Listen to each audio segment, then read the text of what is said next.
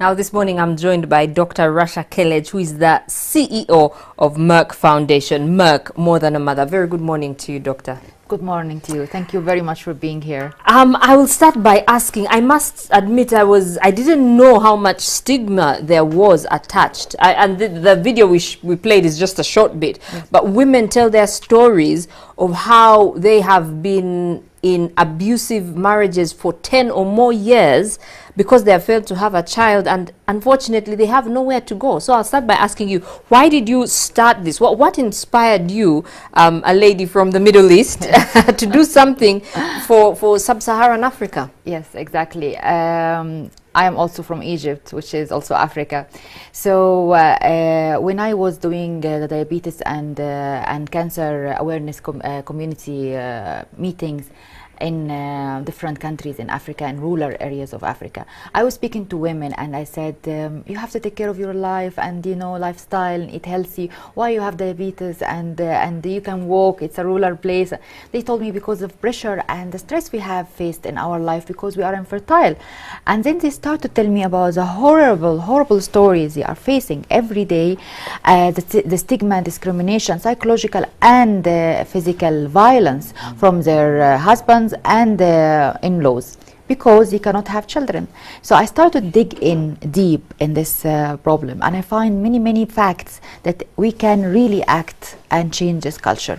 So I don't think that women, it's not fair to judge a human being who's only organ of their body. If they can have children, then they are not human being. They can do a lot of other things to the community and contribute. So what we've done, when I find out through the WHO data that the infertility is a huge incidence in Africa. It's 1 every 4 couples are infertile. One in every 4 couples. It's a huge number. That's a huge number. It's a huge number in developing countries and in Africa. And also, there's another important number is almost 85% of the infertility in Africa can be prevented because it's due to untreated infectious diseases. Infectious diseases due to the things we are advocate against every day, like genital mutation, STDs, unsafe abortion, unsafe delivery, child marriage. All these cause infertility, which most of the times is silent, and so cause infection, which most of the time are silent, and the complication of this infection when it's not treated on the right time is infertility. So prevention, awareness, and community awareness is very important to prevent this issue from the start. But if she has infertility, and or him as a man, because it's 50-50, a share of the cause of infertility, 50% of the causes of infertility are due to male factor. Yes. So you cannot go to the hospital by yourself. Even the husband has to share the journey of the treatment, otherwise there will not be treatment. And they have to stop to blame only women for infertility, because women are not the only cause of infertility. And if there's no treatment available for any reason, then they have to be also respected as a human being, and they have another purpose and training, maybe working, educated, to do many things. And this is what we have done with the women in this village and many villages actually. We almost have 800 women. We empowered to have their own business and train them to have their own business. Chicken farms, cows, bakery, many other projects. They are now completely transformed to be different. Okay, we will be opening our phone lines a little bit later, so you can call us and speak to Dr. Rasha Kelej here as we talk about the silent stigma of infertility. These women, what are some of the worst cases you have come across? It's a horrible case. Actually, one day I received a call from Kenya saying to me there is a very bad case happened to a woman who is infertile for 7 years or cannot have children for 7 years. What happened? They told me her husband attacked her and chopped both her hands. I said it's impossible. I mean, how even a human being, even a thief coming out from outside, not a husband, can do this to a woman? And of course the story is even she was not the one who was infertile, he was infertile. And they discovered that. They went to hospital, he discovered he's infertile. He couldn't admit that he's infertile. He doesn't want to go to the doctor to get treated. So he started to abuse her and beat her up every day, until one day he came and he's saying that she will leave him to have a child outside the marriage. So he chopped her hands and they ran away. So you see how it's everything. They are both victims, but he couldn't tolerate the pressure of the society and the intolerance of society for him to be infertile, because means that he's not a man. In his opinion, he's not a man, while there is no any relationship between infertility and masculinity. So he could be the most powerful man in the world and can be infertile, and a person who has 10 children, he could be the weakest man in the world. You know, understand this? There's no relation at all. So we want to encourage men to speak openly about their infertility. We want to say that infertility is not a stigma, it's not a taboo. It's a condition, and it can be treated, it can be managed, it can be prevented, and even if there is no treatment, it doesn't mean that you are less than a man or less than a woman than the rest of the community. Let's talk about the treatment. Infertility treatment. I know there are lots of treatment, one of them being IVF. Yes. And I know you're doing something, but why is it very expensive? And maybe what are you doing as Merck Foundation to help infertile couples? Just to give you a brief about Merck Foundation is owned by Merck Germany. And Merck Germany is a leader in infertility management. Okay, so we actually one of the first discovered the IVF technique. It's expensive because there is no skilled professional who does this most sophisticated parts of the technology of the IVF locally available or local personnel. So they always come from abroad, and this is very expensive and even less effective. So what we have contributed to that we are training embryologists from Uganda to be local Ugandan embryologists, so they can do the treatment day to day in the country, so they don't have to travel or they don't have to bring someone from abroad, and this will affect the cost hugely. And also we are supporting, you've seen Minister Sarah Opendi. She's a great woman and leader. She actually took on board this problem among with other problems we are doing, like diabetes and cancer, and she created the first public IVF center will be in the New Women Hospital in Sub-Saharan Africa. So it will be the first public. So it will be, the treatment will be subsidized. It will be only cost to cover the cost. There is no profit making, and we will train almost 5 IVF specialists and embryologists to work in this place. So they will cover locally the needs and demand of Uganda and maybe also East Africa, because it will be like a hub for all East Africa. So with the support of the government, it was really great to find a solution to improve access to this cost-effective treatment. Okay. Are we seeing infertility on the rise? I mean, it's high anyway, so it's not only on the rise. Maybe on the rise because it's diagnosed, but the incidence of infertility is 1 every 4 couples in Africa and developing countries are infertile. Okay. And it's very high and higher than the developed country, because in developed countries maximum it's like from 6 to 9%. But why it's high? Because as a reason I said, most of the cases can be prevented and it's due to untreated infectious disease, which take us maybe to a small advice to yes, to the young people who are watching us this morning. Yes, the young people, they have to practice safe sex and to avoid risky behaviors, because this can cause infectious diseases, which maybe they don't care about. But when they care about that, it can be complication and they can be infertile one day and suffer all this taboo and the stigma, they might actually be aware of what they are doing and take care of themselves more. Okay. Well, you've heard it from the doctor. It's unbelievable that some untreated diseases can actually cause infertility. But the good news is that there are treatment options available. So we'll now open our phone lines. If you do have a question on possibly how to contact Dr. Rasha Kelej or be part of Merck Foundation, please do call the number on the line on your screen and let us know what your question is. Or if you have a comment about infertility, we have Dr. Rasha Kelej here, who will be happy to answer any of your questions. We'll take this caller whom I have had. Good morning. Please, when you do call, remember to step away from your TV set or turn the volume down, because there is a slight time delay and we don't want to hear ourselves. Do we have a call on the line? No caller on the line at the moment. So how do people get in touch with you? Of course, they go to our website, Merck Foundation website, and they will find contact us and information.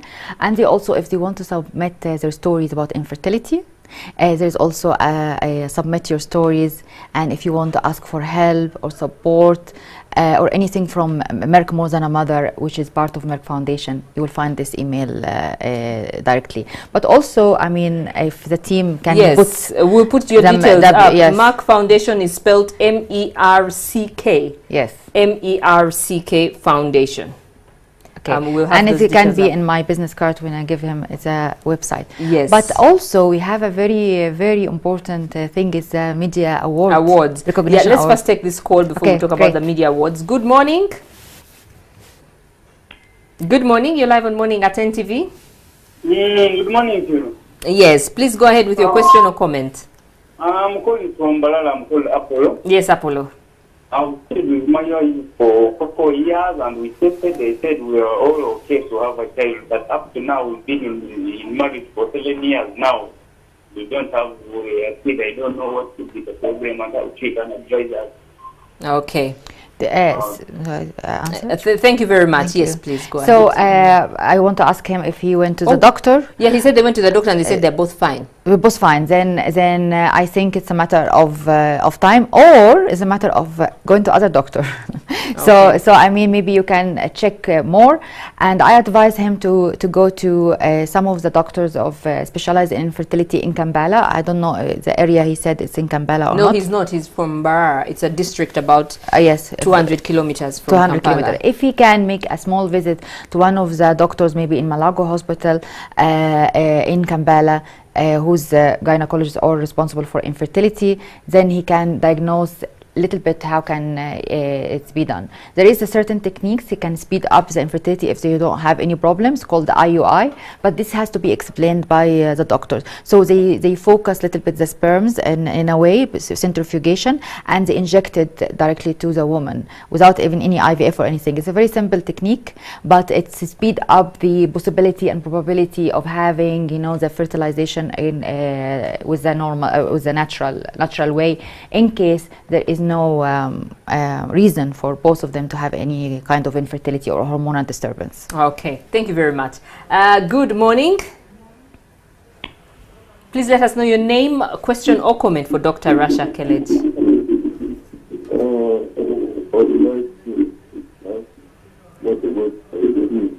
Sorry, we can't hear you. Either you're too near your TV set, it's not clear. Oh, we have lost that caller. Good morning. Good morning. Please go ahead with your question or comment and step away from your TV set. Hello. Hello. This is George. This is George. Yes, George. I'm calling from Tororo. Yes, George in Tororo. Please step away from your TV set and talk to us. We've just been there last year, I wanted to find out. Yes. That organization, does it work with churches? Does it work where? Connection. So I think we have lost you, but I couldn't. He was asking if you work. I don't know. I didn't hear the last word. Okay, yes. We have another call on the line. Good morning. Hello, you're live on Morning at NTV. Yes, I would like to know what the website is. I'm calling from Lira. You'd like to know what the response is? What the website is. Website. Okay, can you please speak up? I'm not getting that word. I'm saying I would like to know what your website is. Website. Yes, website. Exactly. I'm calling from Lira. Oh, it's calling from Lira. Yes. Website is www.merck-foundation.com. If the team can put it on Yes, screen. the graphics team kindly help us with her details. Merck-foundation.com. Oh, thank you very much. So Merck-foundation.com. Yes, I've got it. Yeah, great. Okay, thank you so very we'll much. be in touch. Okay, I don't know if good morning, you're live on Morning at NTV. Please go ahead with your question or comment. It's a very difficult line today. Hello. Good morning, you're live on Morning at NTV. Let us know your name and where you're calling from.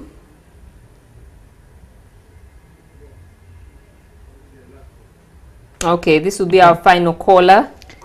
Good morning. Good morning. Do let us know your name and your I'm question or Duncan. comment. Sorry?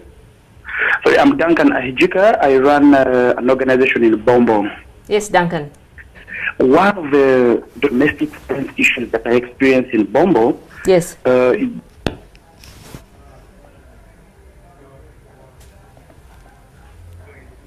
Okay, we seem to have lost Duncan there. He was telling us an issue. Bombo is also about maybe 100 kilometers out of Kampala. Yes, Unfortunately, we couldn't hear what the Actually, issue we're was. focusing in many rural areas in IAM, and we went to Tororo, and we are going to go in different areas in Uganda. I focus mainly in rural areas and Rural villages, areas and because we want villages. to improve the awareness there. Okay, yeah, we Is have another one? a call on the line. Good morning. Please don't try to listen to yourself. Hello, we can hear you there. Hello? Yes, please go ahead with your name, your question or comment. Yeah, this. Please don't try to listen to yourself. Hello? Hello, we can hear you. Don't listen Yeah, to yourself on this- TV, yeah, please. yeah. Switch off the TV. You know, people like to listen to themselves, Yes, but yes. because of a time delay, you are not able to hear yourself in real time. Hello? Hello, yes, please go ahead with your name, question or comment. This is Inamga Brenda from Tororo. Yes, Brenda in Tororo. My question to the doctor is, Yeah. what makes a woman to take months without menstruating, and she's not in family, she's not using any family planning method, and she's not pregnant? Okay. What causes? Yes, what causes that? There's too many causes for infertility, as we said. It could be due to infectious diseases which not been treated in the right time since long time ago, and this caused the infertility. There is also surgical causes, like tubes of the ovaries need to be blocked with certain surgery, and there is hormonal cause, and everything has its own treatment. But unfortunately, some of the causes cannot be treated because it's a little bit late. So it's not diagnosed early enough, but there is management of most of the cases of infertility. So even if you're not having contraceptive pill or not in the family planning program, you still can So have problems. are you saying that as soon as someone, you know, realizes there is something wrong, that I'm not pregnant, I'm not on family planning, but I'm not... Doctor. Go to a doctor. Don't wait Definitely. for 6 No. months or... No, you can, I mean, if you are below 35 and you get married, you can wait for the first year to see if you can get married normally, because it takes a year to No, but have, you're saying she had stopped having her periods. for stop having her Yes, period for yes. She didn't say how long, but Yes. she wasn't pregnant and she wasn't using family planning. and she stopped having her period and she's not having children. No, I don't know if So- she has children and I don't know her age. Stop. I mean, there's too many causes about this. I need to know if this is related to infertility or she has no period because of menopause, early menopause, or what. Again, she need to have hormonal analysis to Okay. understand. Yeah. Unfortunately, I think we've got to end it there. There is a call on the line. I don't know if you can speak to that person. Okay, I will request that we put Dr. Rasha's details up, please, of her website and her Social media, maybe. and social media. But it is Merck Foundation. That is MERCK-foundation.com. Merck is MERCK-foundation.com. gmail.com. Dr. Rasha, thank you very much for coming to Uganda, and thank you for what you're doing here in Uganda, giving hope to women, even those who don't have women. You told me earlier there are lots of children in the world. Yes. Yeah, and for those who are still not able to have children after and they should be stronger and have self-confidence and believe in their ability to contribute to the community and society and to their country in many other ways than being mothers. So that's why the campaign called More Than a Mother. So every woman and every man is more than a mother and more than a father. So if you can have children, is well and good. If you can't, then this is not the end of the world, and society, community should tolerate, respect and appreciate every human being. Okay. Thank you very much. Morning at NTV has to end it here, but please, you can get more about this interview on our website at NTV-Uganda, and you can also follow us on Twitter. Do have yourselves a great day.